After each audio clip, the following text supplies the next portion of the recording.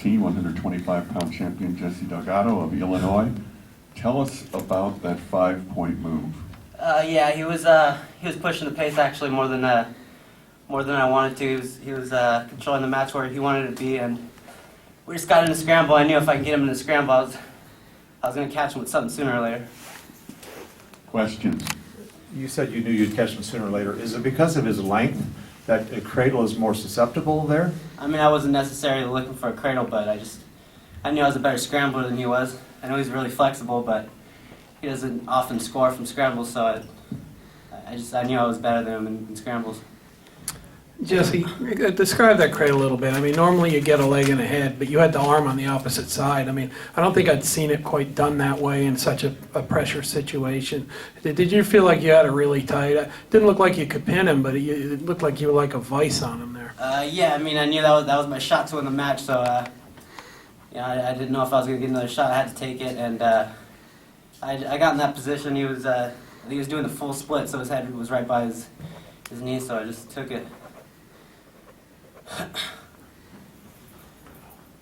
Jesse, last night you talked a little bit about when you made the move from Cal Poly to Illinois when Mark joined that. Can you talk about that, why it was important to come out here and not stay in California? I think it was important for a number of reasons. It gave me an opportunity to grow as not only a wrestler, but as a person. I've I had to deal with not seeing my friends or family two years, and everybody has their own personal problems, and when they're in college, and it's just kind of hard when your parents and your friends aren't there. But it gave me an opportunity to grow, and obviously as a wrestler, I get to work out with Jeremy every day. I got a lot more partners too than I did at Cal Poly, so it was probably, it changed my life.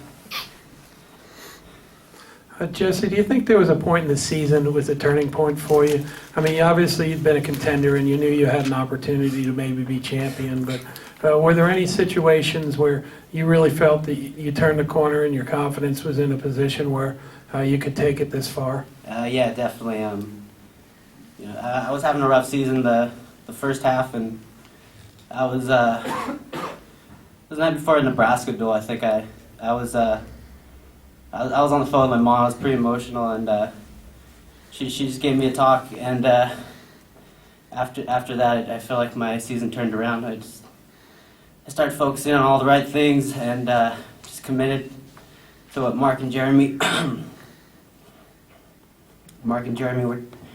were telling me to do. And yeah, that was a turning point, I feel like. Jesse, there was also a tough time when Penn State came to visit. He pinned you, right? Yeah, I was winning that one too. I guess he won that scramble. So is this revenge? Yeah, he actually got in on my leg. I went to go roll through, and he ended up catching me on my back and stacking me with like 15 seconds left. I was winning that match. Talk a little bit about Coach Hunter. I mean, as a lightweight, you always are looking for somebody who can really teach you the ropes and make a difference in your preparation. Yeah, I mean, like I said, Mark just showed me, ever since I got to Cal Poly to believe in myself, and he really planted the idea that I could be a national champion into my mind. But Jeremy's the one that took me to the next level. I got to work with him every day. Everything in that match, maybe it wasn't going the way I wanted to, but, everything up to this point, it was all, working with Jeremy every day.